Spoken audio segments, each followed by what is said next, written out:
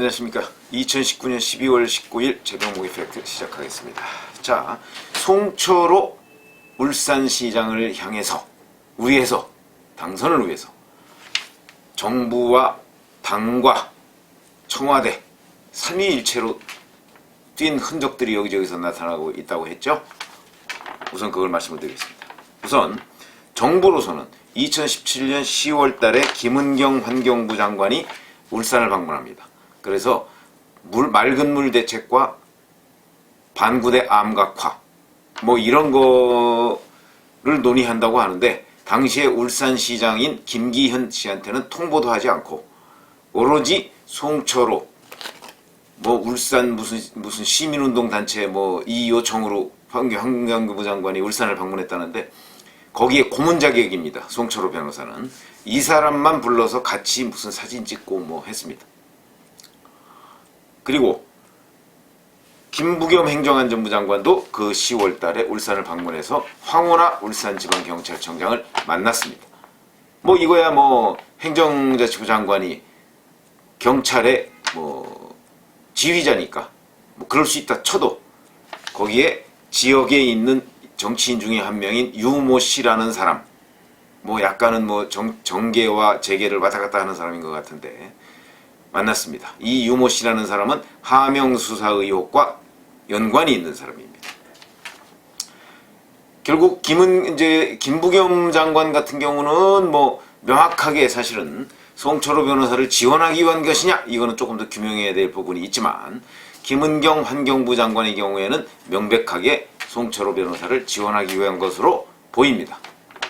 그 다음에 바로 그 다음 달이죠. 2017년 우선 이거 하나 얘기해야 되겠군요. 2017년 10월 13일에 문재인 대통령이 직접 전화한 건 아니고 비서실장을 시켜서, 임종석 대통령 비서실장을 시켜서 송철호 변호사한테 전화를 합니다. 근데 그 전화했다는 사실이 누구 메모에 송병기 부시장, 그 당시에는 송병기 특보, 이 사람 업무 수첩에 적혀 있습니다. 뭐라고 적혀 있냐면, 또다시 울산시장의 출마 요청 부담 괄호하고 면목 없음 괄호 닫고 으로 비서실장이 대신 요청, 이렇게 되어 있습니다. 무슨 얘기냐면, 문재인 대통령이 다시 또 한 번 송철호 변호사한테 출마를 해달라라고 얘기하기에는 면목이 없으니까, 그러니까 임종석 비서실장이 대신 전한다, 이런 겁니다. 왜 면목이 없느냐? 8번, 그 전에 이미 8번을 떨어졌기 때문에 9번째 또 출마해라, 이렇게 얘기하는 게 당대표로서는 면목이 없죠. 대표가 아니고 이때는 대통령이군요. 그러니까 여당의 실질적인 오너로서 그런 부탁을 하기가 면목이 없죠. 더 면목이 없는 것은 이 당시에 이미 아무리 발버둥을 쳐봤자 송철호 변호사는 김기현 당시 울산시장을 이길 수가 없다 하는 것은 객관적으로 여론조사 결과로 이미 다 드러났습니다. 왜 그러냐면, 김기현 울산시장이 전국지방자치단체장 평가에서 거의 1, 2위를 다투고 있었기 때문이고, 그 다음에 여기가 울산 아닙니까? 울산에서 그 당시에 문재인 대통령의 인기가 비록 좋다고 할지라도 김기현 울산시장의 개인적인 인기와 그 다음에 자유한국당의 파괴력 이런 것 때문에 민주당 후보가 도저히 당선될 수 없는 상황이었기 때문에 문재인 대통령은 면목이 없었을 것이다. 객관적인 정황하고도 맞아떨어집니다. 그런데 문재인 대통령은 비서실장을 통해서 출마를 요청합니다. 왜 그랬을까요? 그 다음에 그 다음 달에 11월 달에 대통령 민정수석실에서 어떤 사람이 수석급이라고 본인은 이렇게 얘기합니다만, 임동호 전 더불어민주당 최고위원한테 공사 사장이나 또는 오사카 총영사 자리를 가는 게 어떠냐, 대신 경선을 포기해라, 이렇게 얘기를 합니다. 이 또한 송철호 변호사를 단수 공천하기 위한 정지 작업이다. 근데 그 정지 작업을 위해서 대통령 민정수석실의 수석급이 나섰다. 그러니까 제가 보건대는 아마 조국 수석이 나섰거나, 그 당시에 아니면 백원우 그 당시에 민정비서관이 나섰거나 이럴 가능성이 큰 것으로 보입니다만, 누구라고는 얘기 안 했지만 임동호 최고위원이 오늘 아침 몇몇 언론 인터뷰에서 이렇게 얘기를 했습니다. 그게 2017년 11월 일입니다. 자, 그 다음에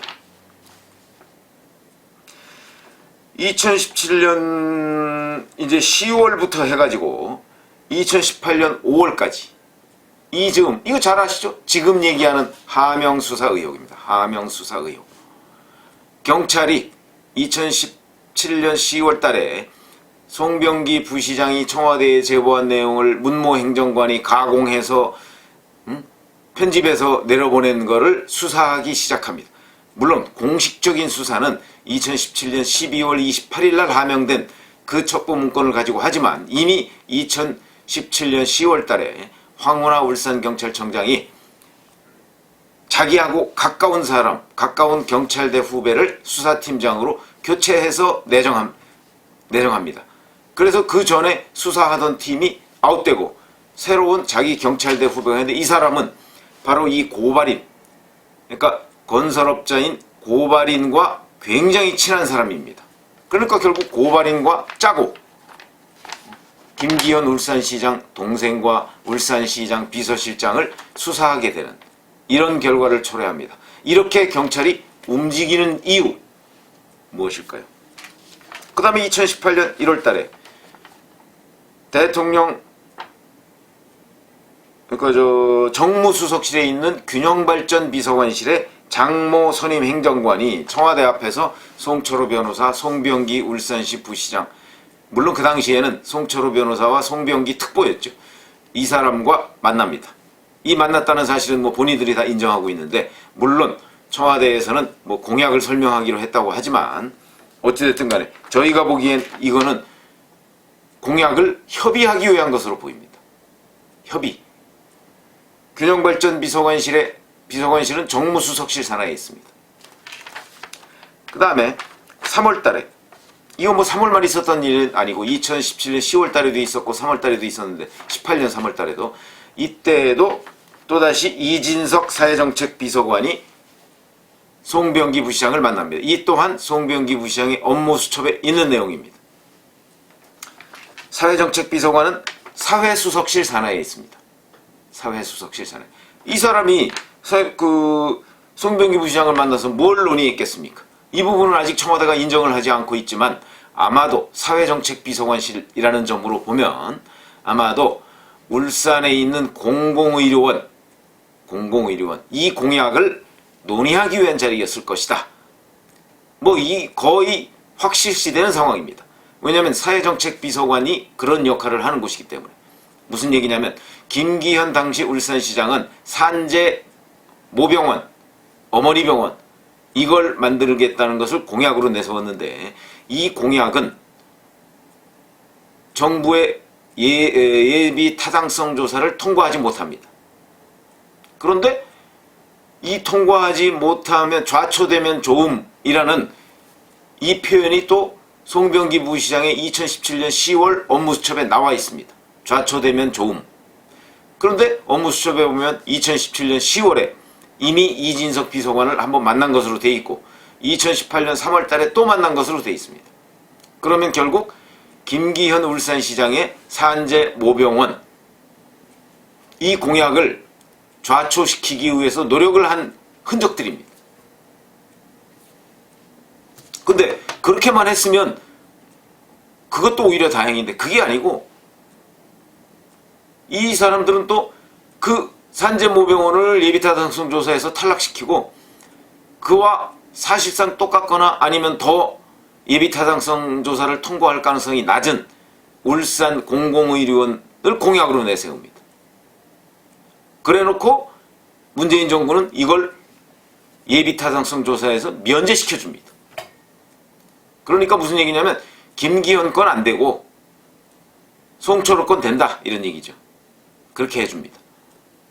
이 또한 제가 보건대는 기획재정부나 예비타당성 조사하는 곳이니까 그 다음에 보건복지부나 이런 데의 도움이 없이는 불가능한 일이다.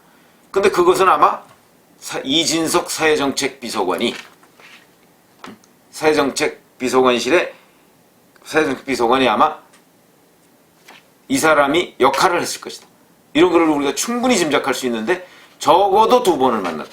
이게 송병기 업무수첩에 적혀 있습니다. 그렇죠? 그 다음에 2018년 2월 23일 이것도 날짜까지 나옵니다. 한병도 대통령 정무수석이 임동호 전 최고위원을 불러서 이만저만해서 선거 판세 자료를 보여주더라는 거 아닙니까? 판세 자료를 보여주면서 어차피 이 부산은 뭐 조금 좀 유리한데 울산은 이렇게 불리하니까 경선 포기하고 그러지 말고 그냥 저기 일본의 고베 총영사로 가시죠. 어디 원하는 데 있으면 얘기해 보세요. 이런 식으로 회의를 했다고 임동호 전 최고위원이 얘기를 했고 그 사실이 오늘 한겨레신문에 보도가 됐습니다. 한병도 정무수석입니다. 정무수석. 이 사람은 또 왜 그랬을까요? 지금까지 제가 말씀드렸죠. 정부의 행정자치부 장관, 환경부 장관을 움직일 수 있는 사람, 그 다음에 대통령 비서실장이 직접 대통령의 뜻이라면서 출마를 권유하는 사람, 그 다음에 정무수석실의 균형발전 비서관실의 행정관이 만나서 이런저런 걸 얘기할 수 있는 사람, 그 다음에 사회수석실의 사회정책비서관이 그 특보를 만나서 이런 거 저런 거 설명해 줄 수 있는 사람, 민정수석실 수석급 관계자가 경선 포기를 조건으로 이런 걸 해줄 수 있는 사람, 그 다음에 하명수사 의혹을 받고 있는 경찰의 장기간의 수사. 자, 이런 것들을 일맥상통하는 게 뭐가 있습니까? 이 많은 기관들 움직일 수 있는 사람, 여기에 당도 있습니다.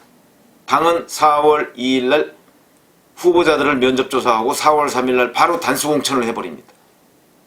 그 다음에 이 사람들이 이거 문제가 있다 해서 임동호, 심규명 이런 경쟁자들이 이의 신청을 하니까 이유 없음 하고 바로 다음날 기각시켜버립니다. 당과 정부 일각, 청와대, 정무수석실, 민정수석실을 다 움직일 수 있는 사람 누굽니까? 한 사람밖에 없습니다. 한 사람. 문재인 대통령이죠. 그 다음에 임종석 대통령 비서실장도 가능합니다. 대통령의 이름을 팔면 가능합니다. 그러니까 한 사람밖에 없다. 결국 문재인 대통령이다. 그러니까 문재인 대통령이 이 부분에 관해서 얘기를 해야 된다. 왜 이런 일이 벌어졌는지, 당정청이 왜 이렇게 일사불란하게 송철호라는 한 사람의 당선을 위해서 뛰었는지, 나를 임종석 비서실장이 팔은 것인지 아니면 본인이 직접 임종석 비서실장한테 지시를 한 것인지, 우리나라에서 이 많은 권력기관을 움직일 수 있는 사람은, 동시에 그것도 움직일 수 있는 사람은 대통령밖에 없다 하는 점을 말씀드립니다. 그렇다면 결국 이것은 대통령의 선거 개입 사건이다. 지금 검찰이 그 부분을 주목하고 한 발 한 발 나아가고 있습니다. 이 얘기와 관련해서 서른 민주당 최고위원은 특검을 하자 이렇게 얘기하고 있습니다. 지금까지 민주당의 여권의 주장은 뭐죠? 수사 중인 사건에 관해서는 특검을 할 수가 없다는 거 아니었나요? 근데 서른 최고위원은 그걸 잊고 있는 모양입니다. 특검? 뭐 하면 되죠. 다만 그 특검이 민주당이 추천하는 특검이 아니고 한국당이 추천하는 검사에 의한 특검을 한번 하면, 특검해서 윤석열 검찰총장과 특검, 특별검사 서로 경쟁시켜서 한번 이 문제를 파보면 결국 두 가지의 결론은 하나로 도달할 것이다. 문재인 대통령이 힘에 의해서 이 모든 일이 벌어졌다. 그리고 이 모든 일을 벌일 수 있는 사람은 대통령과 대통령 비서실장, 대통령을 등에 업은 대통령 비서실장 외엔 없다. 이런 결론이 나올 것으로. 그거 뭐 거의 명백한 거 아닌가요? 그런데도 특검을 하자고 합니다. 아마 자기들이 임명하는 특검을 염두에 둔 것으로 보이는데 민주당 뜻대로 이 일이 굴러가지는 않을 것 같습니다. 감사합니다.